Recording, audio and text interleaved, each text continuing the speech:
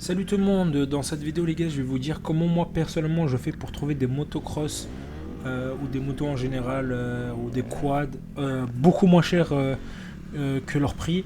Tout simplement je suis souvent, c'est bête à dire mais sur le bon coin et surtout Marketplace sur Facebook, c'est là que je trouve énormément d'affaires.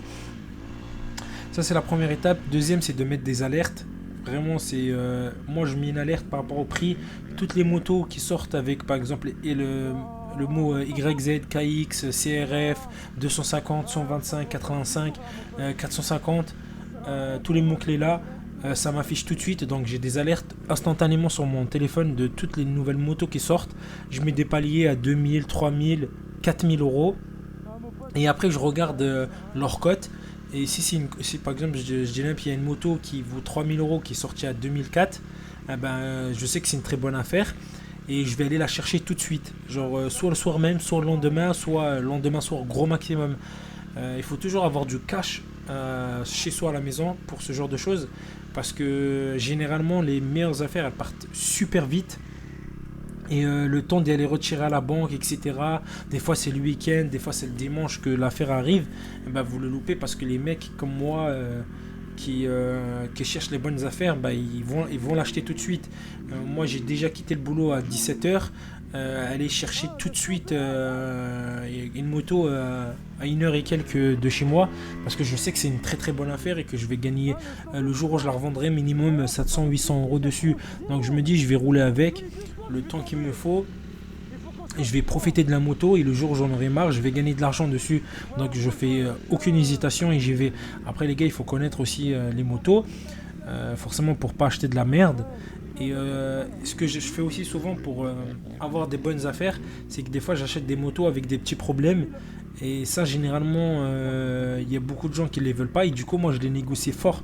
Par exemple, quand je sais que la moto, elle a tel et tel problème, sur le 2 temps, déjà, sur le 2 temps, je prends vraiment des motos avec pas mal de problèmes. Tant que c'est pas dans le bas moteur.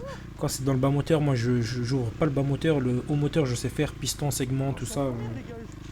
Bielle, tout ça, je sais faire. Donc, en gros, je la prends, pardon, et je fais les réparations moi-même. Sur un 2 temps, tant que le bas moteur est tranquille, je pense sur un 2 temps, il n'y a aucun problème. Après, quand on arrive sur les 4 temps, bah, j'évite un peu d'ouvrir les moteurs.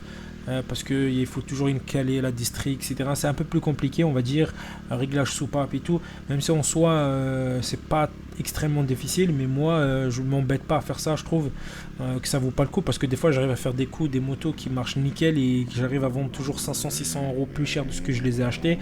Donc, des fois, pourquoi m'embêter avec des motos comme ça? Et en plus, des fois, il y a toujours les surprises. Mais bon, pour faire des meilleurs coups, il n'y a pas que ça. Enfin, il n'y a que ça qui est bon. Les motos qui ont des petits soucis, pas des gros. Il faut s'y connaître un peu et aussi négocier, les gars. Moi, je connais plein de gars, ils négocient zéro. Ils achètent des motos, ils font zéro négociation. C'est vraiment pas possible. Moi, je sais qu'il y a des gens, ils m'achètent des motos, ils négocient même pas 50 euros. Eh ben, je suis choqué. Moi, déjà, par exemple, une moto qui a 2005, le mec, je l'agresse tout de suite. Hein. Je lui dis 2000. Et lui, il va me dire, ouais, tu te fous de ma gueule et tout, nanana. Je dis, bah, vous me proposez combien? Et après, lui, il va dire 2003. Bah, j'ai déjà gagné 200 euros. C'est lui-même qui les a baissés. Et après, je renégocie sur les 2003. Du coup, ça me fait rebaisser le palier à 2003. Et je dis, ok, je réessaye de négocier 100 euros. Si j'y arrive pas, je vais voir la moto. Et devant la moto, j'arrive toujours à négocier. Le premier, je négocie toujours par message. Donc, je me déplace. Une fois que j'arrive à me déplacer là-bas, j'ai déjà baissé des motos, les gars. Vous pouvez même pas imaginer. Hein, j'ai déjà baissé des motos de 1000 balles en disant qu'il y avait une fuite de l'huile, des conneries. Mais ce qui vous paraît suspect devant lui. Et surtout, en fait, la personne, quand elle voit l'argent, ah ben, tout de suite, ça lui donne plus envie de la vendre. En fait, il se dit, bon, lui, il a 2000, moi, je l'ai mis à 2005. Est-ce que je lui vends pas? Je suis sûr d'avoir 2000. Il les voit les 2000. Donc, il prend. Alors que par message, bah, c'est plus facile de dire non parce qu'il n'y a rien de concret. Voilà, donc n'hésitez surtout pas à faire ça. Négocier par message tout ce que vous pouvez et après renégocier en vrai.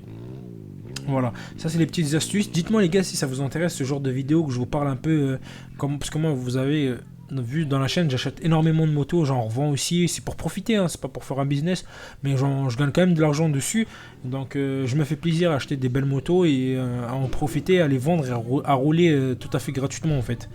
Donc si ça vous intéresse ce genre de vidéo, les gars, dites-le moi.